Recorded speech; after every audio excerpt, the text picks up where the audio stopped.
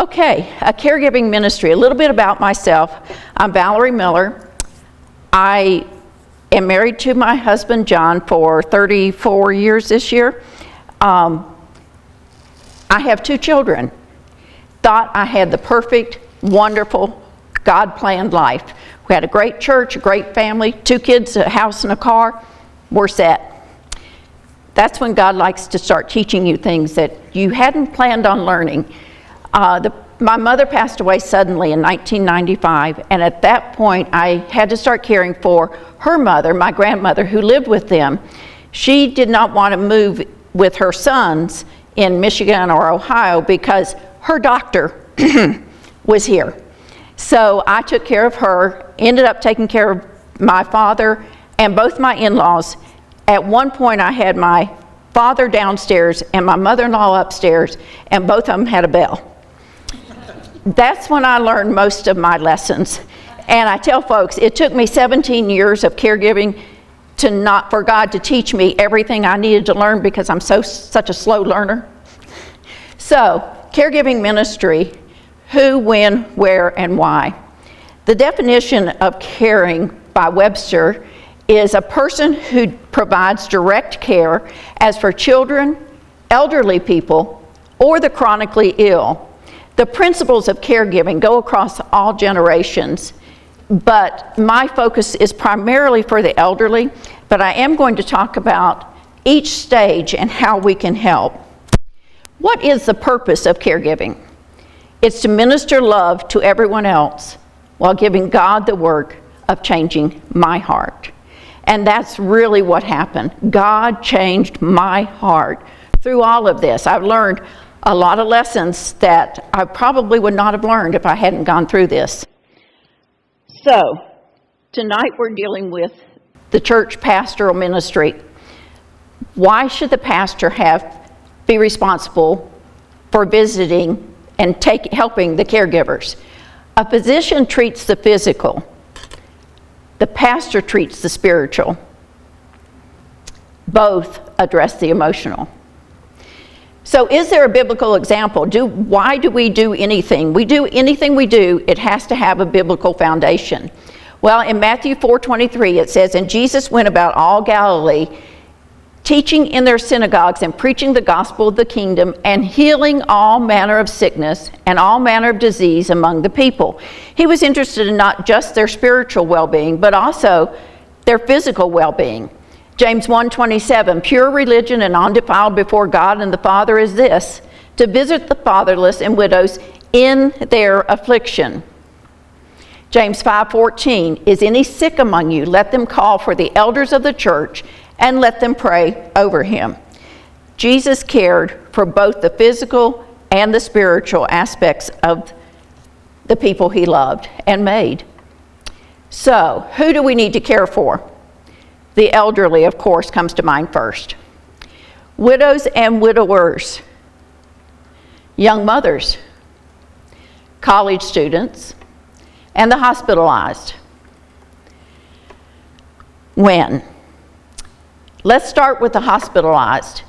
On the morning of surgery, it is vital that the pastor or the pastoral staff, someone go and be there before they go into surgery if they're having surgery, and pray with them just before they leave the room to go into surgery.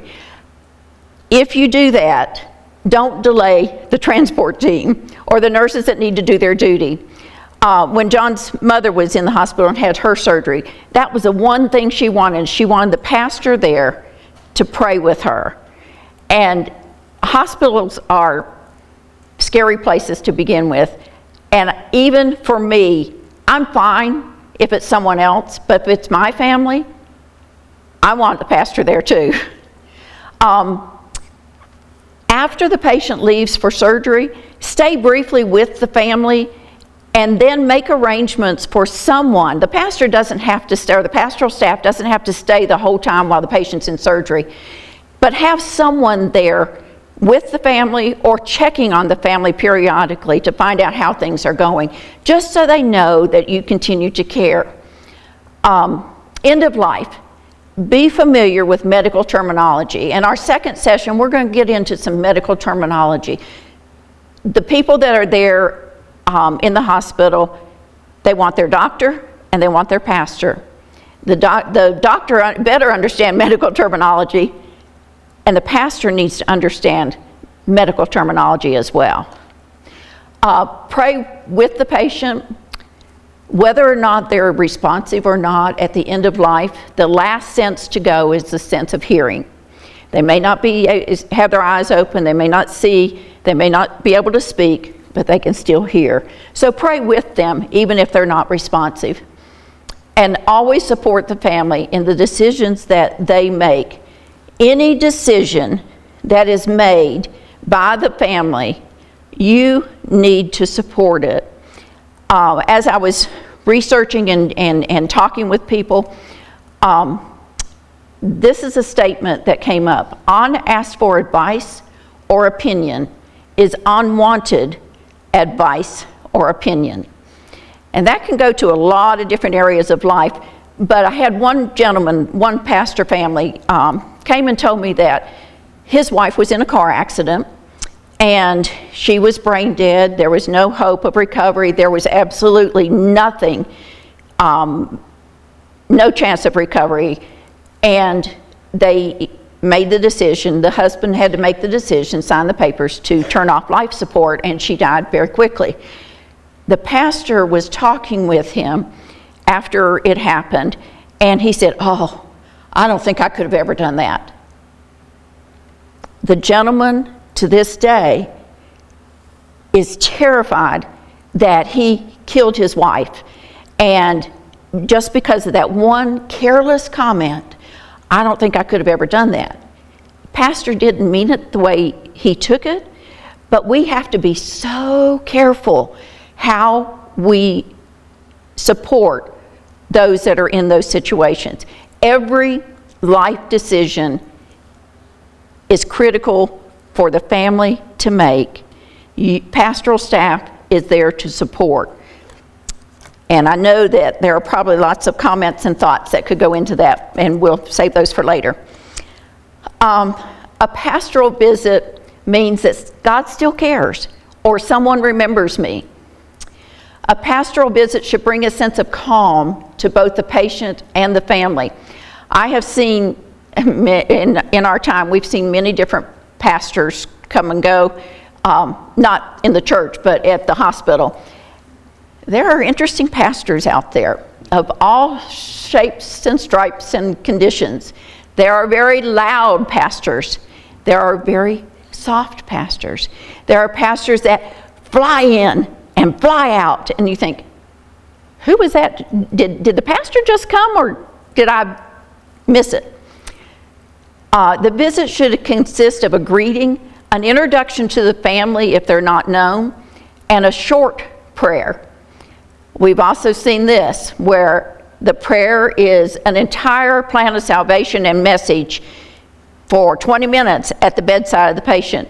If you're in the hospital, you don't really want to hear the plan of salvation in a pastoral prayer at your bedside. Chances are the patient's going to fall asleep anyway. Be sure not to hold up the transport team or the nurses trying to do their job. And remember who you are praying for. You're not praying for the entire floor. I've heard several pastors say, but it's a perfect opportunity to let everybody in the adjoining rooms hear what we're having to say. This is a great testimony. There may be some validity to that, but if you want to be a testimony, go to that room after your family member leaves and say, I see that you're in the hospital, can I pray with you? If the nurses allow that. And with the present regulations, it's difficult to get permission to do that. But if someone calls you in or hears that the pastor's on the floor, absolutely take that opportunity. But remember who you're praying for, not the entire floor. All right, let's transition now to the homebound. When should you go to and see the homebound? We need to pray and obey. We need to go, someone from the church staff needs to go as often as they can, once a month or more. Now, let me stop there and talk a little bit about going to visit once a month or more. My father was with me for a number of years. The last 2 years, I was home 24/7 with him. John even went to the grocery store. He said he used to get intimidated by those women in their grocery carts, but now he can zoom in and out and he knows where he's going. So I was home 24/7. It is a very isolating, rewarding, tiring time. You don't want to be there, but you wouldn't be anywhere else. It is a special time to bond with your loved one. It can be a difficult time. So if the pastoral staff can we set up care calendars for food for new moms or somebody that's had surgery. How about setting up a care calendar for visits? You've got a senior pastor, you've got an assistant pastor, you've got a youth pastor, you've got the deacon. That's 4 right there. If you have one of those each week visiting those that are homebound or in the hospital, I know that in a church this size, there's got to be a lot of them, but each person would only have to go once a month. But they would have someone every week visiting them. It would be invaluable, and it would help them to know the church hasn't forgotten me. I'm home. I can't go to church anymore, but the church has not forgotten me. And in a sense, God has not forgotten me either. Okay, 15 minutes is ideal. 15 minutes is a very short time when you're sitting there talking with someone, but to the person that is homebound, it is a long visit. My father would sit there, and as long as someone was there, he would talk and carry on a conversation and talk and talk and talk. And he was a World War II veteran, and he'd tell his World War II stories, and he loved to talk to somebody. As long as they were sitting there, he felt like he needed to entertain them. Well, as soon as they left, he would go, "Oh, I thought they'd never leave." And I'm like, if you had quit talking, they would have left earlier. So just be sensitive to that. That generation feels like they have to be hospitable and entertain you if you're there to visit. 15 minutes is ideal. Okay? Where and how for the elderly who are in an assisted living? I think you have an assisted living not far away, probably many now. It's becoming more and more popular. Things that you can do in an assisted living are have a monthly or weekly Bible study, have a monthly or weekly song service. It has been found that the old hymns are remembered by the elderly generation, and those that have Alzheimer's or dementia, if you start playing or singing those old hymns, it's amazing how many of them will join in, or they'll perk up, or they remember that. It's in those recesses, in those folds in your brain, and they love to hear the old hymns. It's one of the best things you can do. Write letters or send emails to family members, especially in assisted living. They hopefully will still have some people that they would like to have a letter sent to, but their hand may be shaky and they can't write it. A lot of them, they may be computer literate. They more and more are. Take shopping. Get them out for a little bit. They are now in assisted living. Think about it. They've lost their mobility. They've lost their opportunity to just pick up and run to the store. I'm sure even if they don't need anything, just getting out and going for a ride and seeing something different than the 4 walls around them would be invaluable to their emotional and mental health. Pick up medicine, pick up for church. We have several in our church that pick up a couple that are in assisted living now, and they love it. Nursing home, short-term or long-term. Short-term is considered rehab if they've broken a hip and they need physical therapy to get back to walking again, or they've had a light stroke and there needs some extra activities of daily living help, then that's considered rehab. Long-term is if they're there all the time. It's pretty much the same things as the assisted living. If they're in a nursing home in this day and age, they're not necessarily going to be able to do it. You probably can't take them shopping or pick them up for church, but do as much as you can. They would still love a Bible study or singing. And that's singing by children and teens and any age. All right, if they're in the home, same as the nursing home projects. This picture is John Spokes. How many of you remember the button that goes up and down on the car? Everybody does.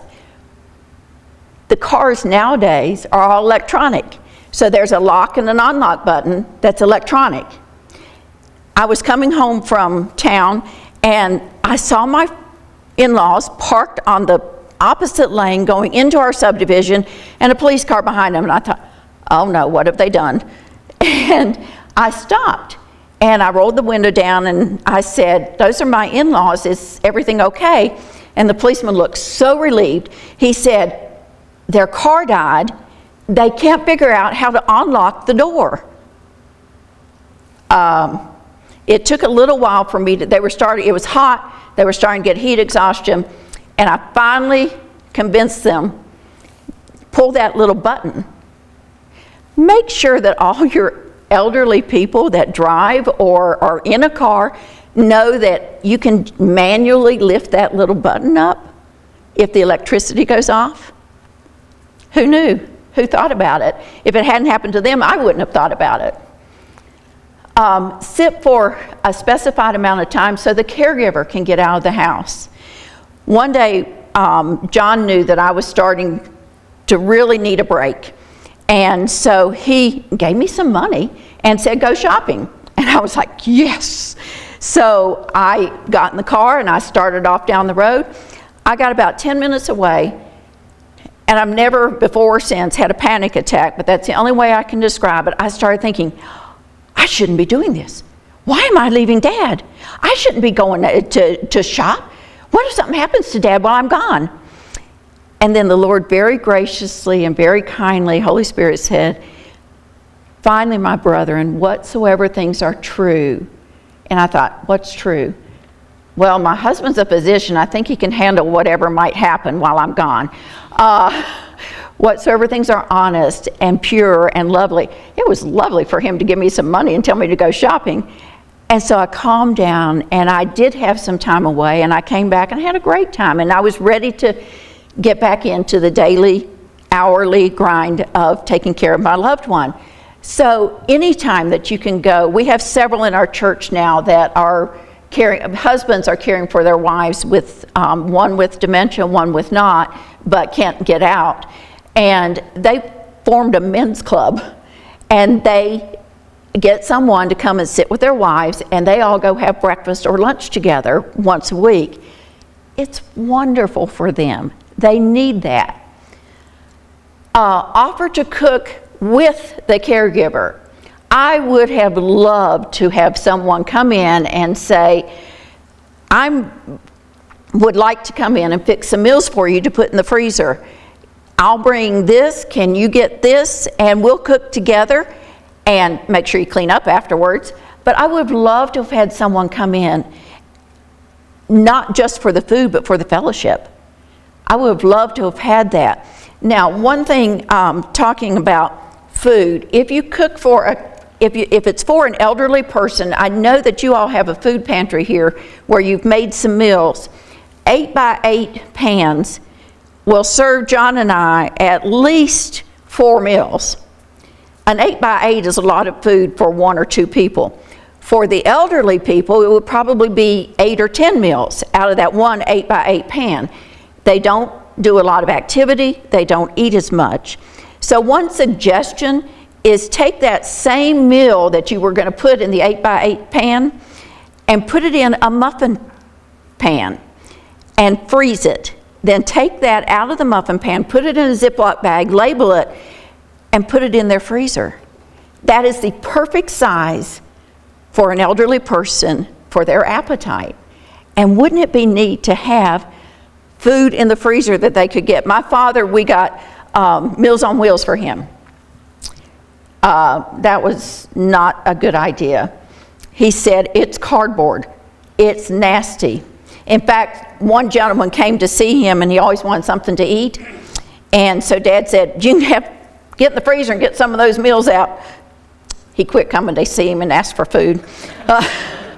So having good food and small portions is a great idea.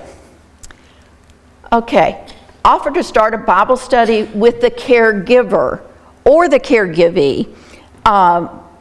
The person that's home with the caregiving, the person they're caring for, is just as homebound as the person they're caring for. Don't forget them. We'll do some more. Visit with the caregivee, but keep it less than 15 minutes, even if they want to continue to talk. Don't forget that when the caregiver is walking you to the door and thanking you for the visit, just wait just a minute and see if they don't start talking themselves. You may be the only person they've seen in a day or two, and they need to talk as much as the one that you've just been talking to. But again, don't keep it too long, because then the person that's homebound will get jealous, possibly. Offer to stay so the caregiver can go to a church service. Team up. Get teams of couples and offer to stay. A husband and wife could offer to stay so that someone else can pick up the caregiver and bring them to church, or they can come to church. Laundry. If you walk into a house and you see a whole stack of laundry that's clean that needs to be folded, don't hesitate. Just go ahead and start folding it while you're standing there talking. I sometimes am a little bit nervous about doing it, but every time I've started doing something, I've never been turned down. So any little thing that you can do if you see it, just start doing it and be talking natural while you're doing it. And if they say, no, you don't have to do that, I say, I like to be busy. We can talk while I'll do it, and it'll help both of us. Grocery shopping. See if they need anything from the grocery. Medication reminders, pick up prescriptions, errand services, escort to doctor visits. This was a big one. You know, it's very difficult to go to the doctor and remember what the doctor said when you leave. If you have someone else there, even if they've got a husband and wife, if you can go with them, if they will let you go with them, that's another pair of ears that can interpret what the doctor just told you. Mail or email to let them know you care. The older generation loves to get mail. They love to know, that's the highlight of their day, is going to the mailbox and see if they got any mail, besides junk mail and political ads. They enjoy getting mail.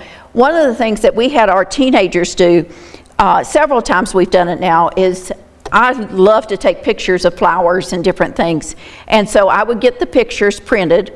I would take some scrapbook paper, and they would punch holes, decorative holes in the corners, glue it together, and then you give it out to different people. They can write a note on the back of it, put it in an envelope, and mail it. Doesn't cost you anything except the scrapbook paper and a stamp.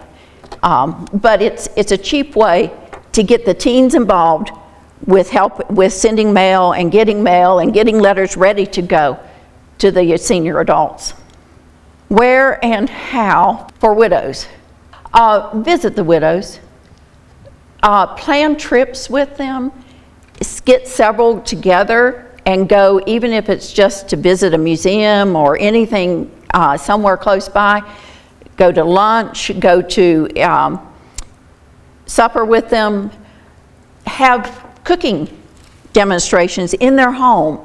Come over, cook some meals with the widows.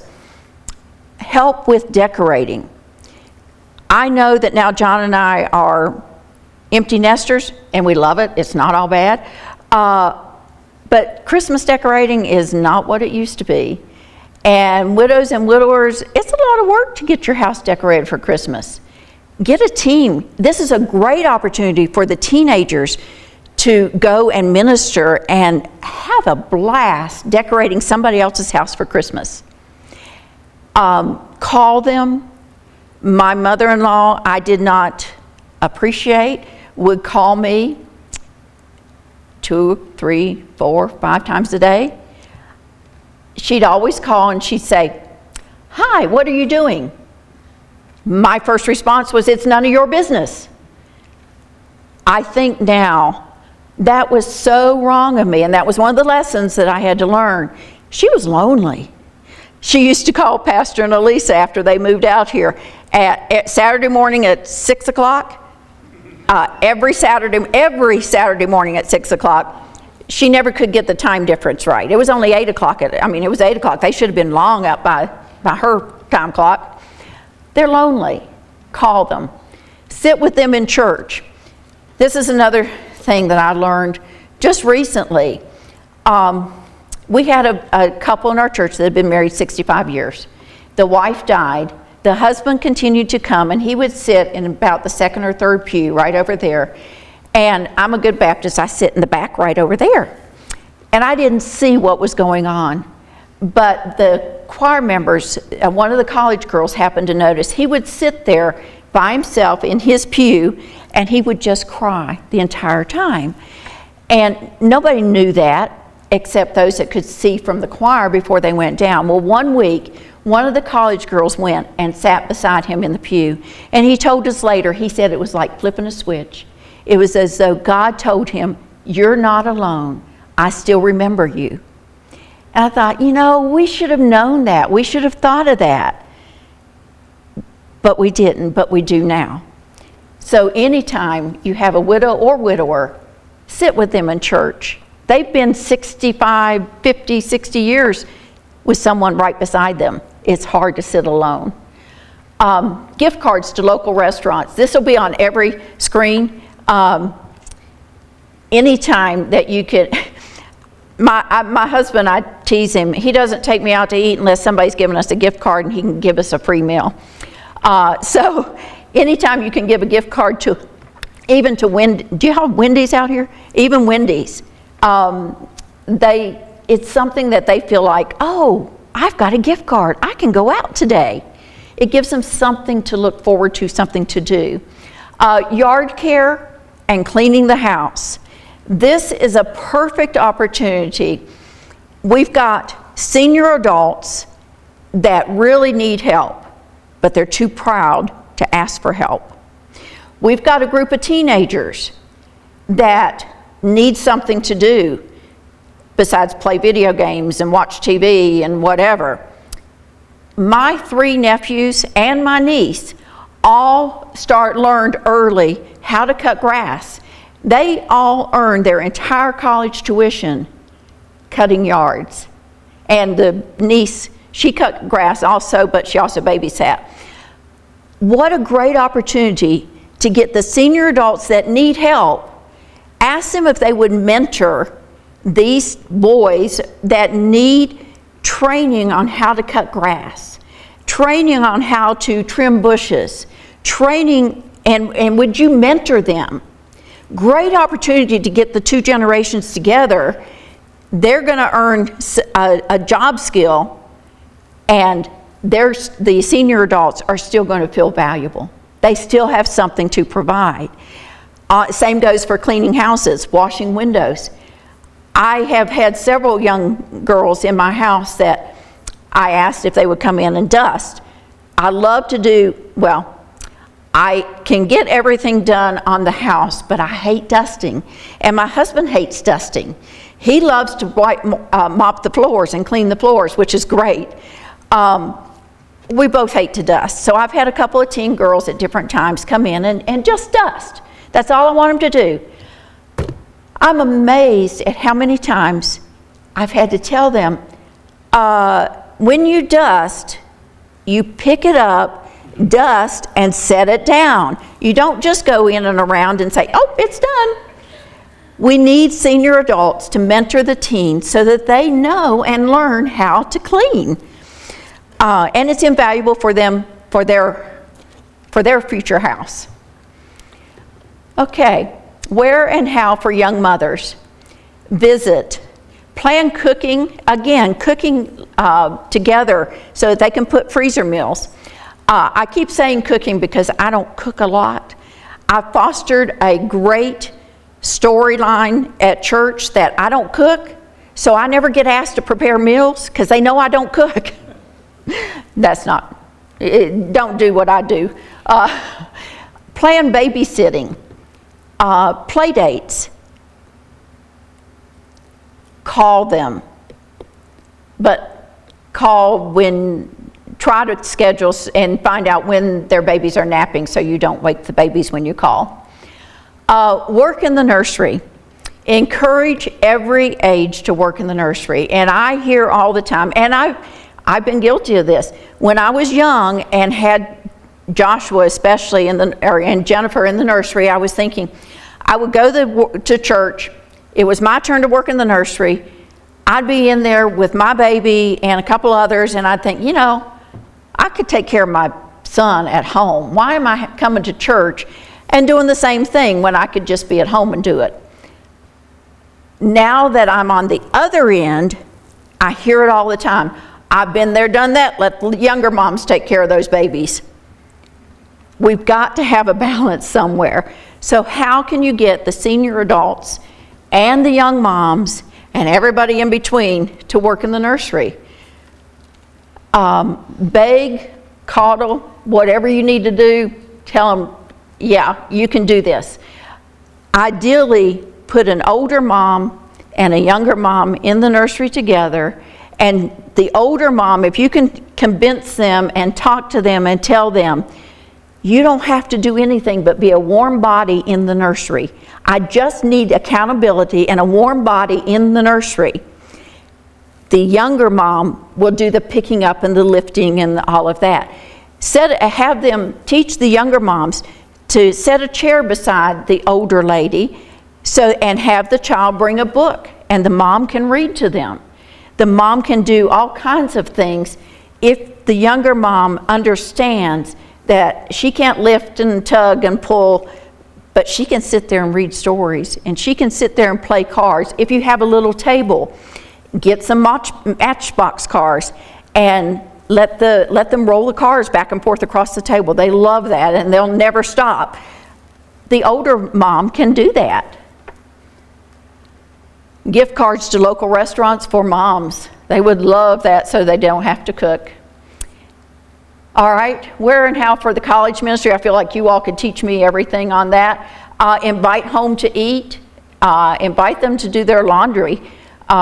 We've had several this laundromat that's in the picture is probably nastier than most laundromats, but if you want to be clean and have a desire to have clean clothes, you really don't want to go to a laundromat and wash after who knows who had what in there before. So offer to let them do their laundry. Take them to lunch. Offer a quiet space for study. Gift cards to local restaurants. Again, what college student doesn't want to go out and eat? Help for all ages. This is for every age. As soon as you have your first job, you should have a file that has your important documents in it, and that's what your yellow folder is tonight. There's a list of important documents that everyone needs to have. What if something happens and you need your documents? You need to know exactly where everything is. My mother passed away suddenly from a stroke in 1995. She did not have a computer. They didn't have a computer, so nothing was on the computer. She had no file of where her bills, what bills she paid every month. She paid all the bills, did all the banking, did everything for my dad. My dad didn't have a clue. So we had to wait for the mail to come to bring the bills every day and hope that we didn't miss anything before we could figure out what she had coming due. We didn't know what credit card she had. We didn't know anything. So have all your important documents in one folder. And I encourage you, I gave them to you in a yellow folder because if you'll put everything in that yellow folder, let someone know where that yellow folder is in case of an emergency. They don't have to know what's in it. They just have to know that that's where you go in case of an emergency.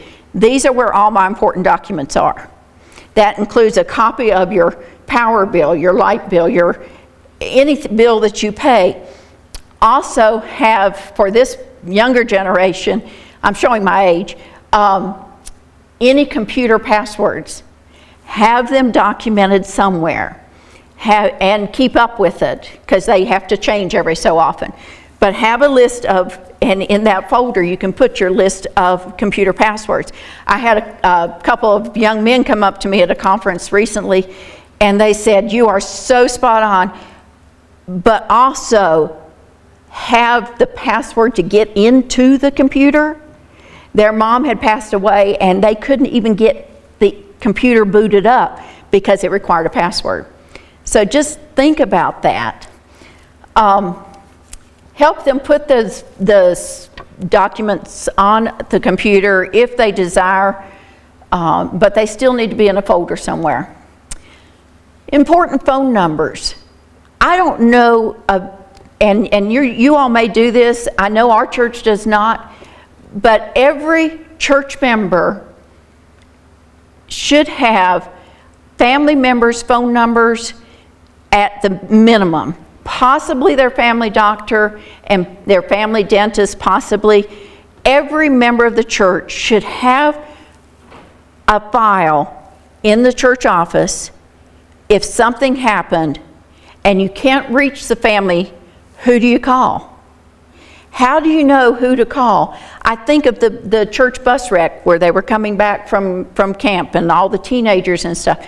How do you know who to call? Yes, word gets around by word of mouth real quick, and Facebook tells everybody everything. But how important is it to have immediate access to the person that most needs to know if there's an emergency? Something to think about. Okay, HIPAA. Pastor, when he was introducing me, he said he used to tell us I did especially, used to tell him who was in the hospital and when they were having surgery and how they were doing after surgery. And I'm thinking, oh, you can't do that anymore.